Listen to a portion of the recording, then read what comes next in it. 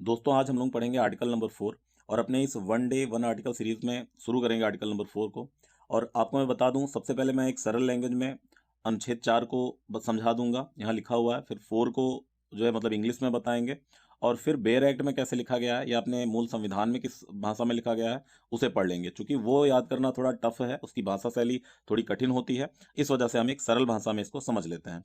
यदि संसद अनुच्छेद 2 या 3 में निर्दिष्ट किसी विधि के द्वारा नए राज्यों की स्थापना या किसी राज्य के नाम, क्षेत्र या सीमा आदि में बदलाव करने के लिए संविधान की पहली और चौथी अनुसूची में कोई परिवर्तन करती है, तो ऐसी विधि को अनुच्छेद 368 के अनुरूप संविधान का संशोधन नहीं माना जाएगा। और दूसरी चीज, इन्हें साधारण बहुमत के माध्यम से ही पारित किया जाना संभव होगा। अब चलिए इसको मैं समझा दूं आपको। इसमें यह कहा जा रहा है आर्टिकल 4 में कि अगर हम अनुच्छेद 2 या 3 के माध्यम से, अनुच्छेद 2 में क्या था, नए राज्यों का प्रवेश या स्थापना, 3 में क्या था, राज्य को बनाने के लिए, अभी हम जो लेटेस्ट पढ़े थे क्या क्या, कि किन्हीं राज्यों की सीमाओं को बदलना, उनका नाम बदलना या नए राज्य की स्थापना करना, दो राज्यों को मिलाकर। तो ये चीजें थी 2 और 3 में। अगर इनमें हम बदलाव करेंगे तो हमें अनुसूची 1 और अनुसूची 4 में भी बदलाव करना पड़ेगा, क्योंकि अनुसूची 4 में राज्यसभा के सीटों का जिक्र है। तो हम जो नया राज्य बनाएंगे या पुराने राज्य से निकालेंगे तो वहां की सीट बदलेगी, प्लस जो नया राज्य बनेगा उसकी सीट मिलेगी। तो हमें अनुसूची 4 में भी बदलाव करना पड़ेगा, क्योंकि अनुसूची 4 में कितने मतलब राज्यों को कितनी सीटें मिली है राज्यसभा में, इसका जिक्र रहता है।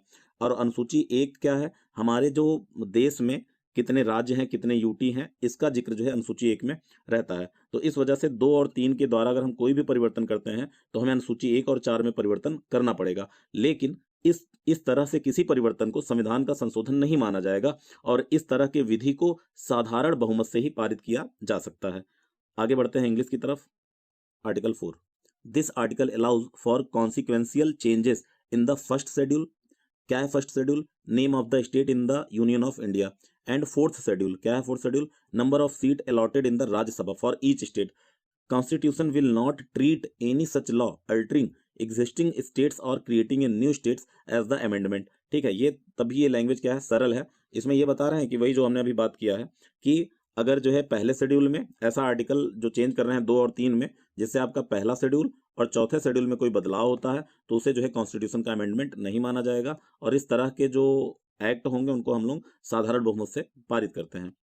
अब अगर किसी का मन कर रहा है नहीं हम बेयर एक्ट वाली भाषा ही पढ़ेंगे, तो ये उनके लिए जो है यहाँ पे लिखा हुआ है, इत्मीनान से वीडियो को करिए पॉज, और ये हिंदी में बेयर एक्ट की भाषा पढ़ लीजिए और ये इंग्लिश में बेयर एक्ट की भाषा पढ़ लीजिए। ठीक है, और आगे ये तो सिर्फ हेडिंग है, अभी इसके अंदर देखिए आप, अंदर ये लिखा हुआ है पूरा, आप इसे पॉज करके पढ़ लीजिएगा।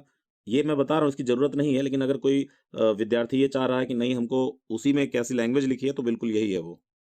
दूसरा खंड है, पूर्वोक्त प्रकार की कोई विधि अनुच्छेद 368 के प्रयोजन के लिए इस संविधान का संशोधन नहीं समझी जाएगी। और सेम चीज ये आपको इंग्लिश में मैंने लगा दिया है, इसको आप देख सकते हो। आगे इसका भी सेकंड पार्ट ऐसे ही है ये। Thank you very much.